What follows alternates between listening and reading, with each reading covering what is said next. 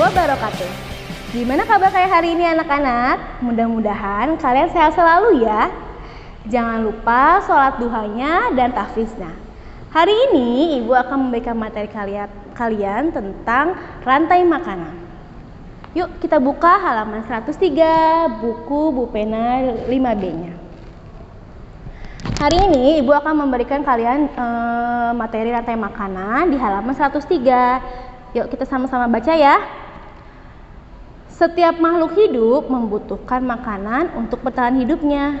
Melalui makanan, makhluk hidup memperoleh energi yang digunakan untuk tumbuh, bergerak, dan melakukan aktivitas. Oleh karena itu, di alam itu terbentuknya interaksi makan dan dimakan antar makhluk hidup yang disebut rantai makanan. Jadi, rantai makanan adalah rangkaian peristiwa makan dan dimakan antar makhluk hidup untuk kelangsungan hidupnya. Kalian boleh ya ditebelin, rantai makanan adalah rangkaian peristiwa makan dan dimakan antar makhluk hidup untuk kelangsungan hidupnya.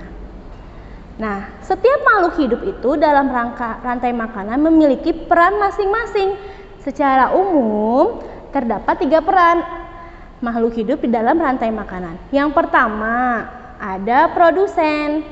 Produsen adalah makhluk hidup yang dapat membuat makanannya sendiri melalui fotosintesis.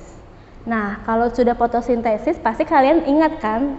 Berarti itu tanaman hijau. Nah, produsen ini biasanya dari kalangan tanaman hijau. Contohnya rumput, padi, jagung, dan semua tumbuhan hijau. Nah, produsen ini mampu mengubah energi dari cahaya matahari menjadi energi kimia. Yang kedua adalah konsumen. Konsumen adalah makhluk hidup yang tidak dapat membuat makanannya sendiri. Contohnya adalah hewan. Ingat ya, hewan tidak bisa loh membuat makanannya sendiri. Nah, dalam rantai makanan, konsumen itu dapat dikelompokkan menjadi 3 bagian. Ada konsumen tingkat 1, konsumen tingkat 2, konsumen tingkat 3. Konsumen tingkat 1 yaitu kelompok hewan yang memakan tumbuhan atau produsen. Contohnya, ada yang masih ingat gak hewan yang memakan tumbuhan itu apa? Ya, hewan yang memakan tumbuhan itu adalah hewan herbivora, yaitu contohnya rusa, kelinci, belalang. Yang kedua adalah konsumen tingkat 2. Kelompok hewan yang memakan hewan lainnya. Contohnya itu adalah kelompok hewan karnivor atau omnivor, yaitu katak, ular, tikus, dan ayam. Dan ketiga adalah konsumen puncak. Konsumen puncak yaitu kelompok hewan karnivora atau hewan pemakan hewan lain yang tidak ada mangsanya. Jadi hewan tersebut itu tidak bisa dimakan oleh hewan lain. Contohnya singa, elang, dan harimau. Tidak ada yang bisa memakan hewan tersebut. Oke, selanjutnya adalah yang ketiga, pengurai.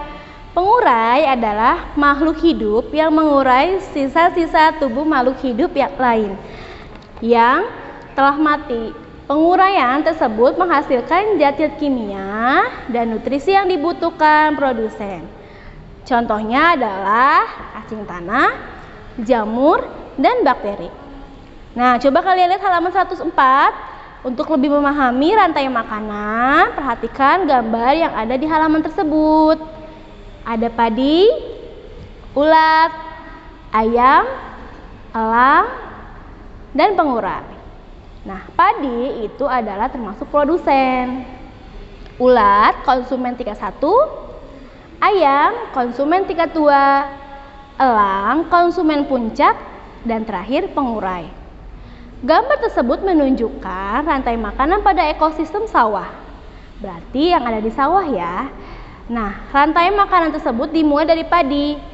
Tanaman padi dimakan oleh ulat, ulat dimakan oleh ayam, kemudian ayam dimakan oleh elang, Dan saat elang mati, tubuh elang akan diurai oleh makhluk hidup pengurai seperti bakteri tanah, cacing tanah, dan jamur untuk dijadikan nutrisi bagi tumbuhan. Nah, proses tersebut akan terus-menerus sampai nantinya. Oke, cukup sekian materi Ibu. Nah, tugasnya untuk kalian kerjakan ayo berlatih halaman 104, nomor 1 dan 2. Lalu kalian buat peta pikiran atau mind mapping materi tersebut. Materi hari ini maksudnya, materi rantai makanan. Kalian buat ya di buku tugas kalian. Baik anak-anak, mungkin hari ini pertemuan materi terakhir untuk IPA-nya. Karena minggu depan kalian sudah memasuki penilaian akhir semester. Kalian semangat ya.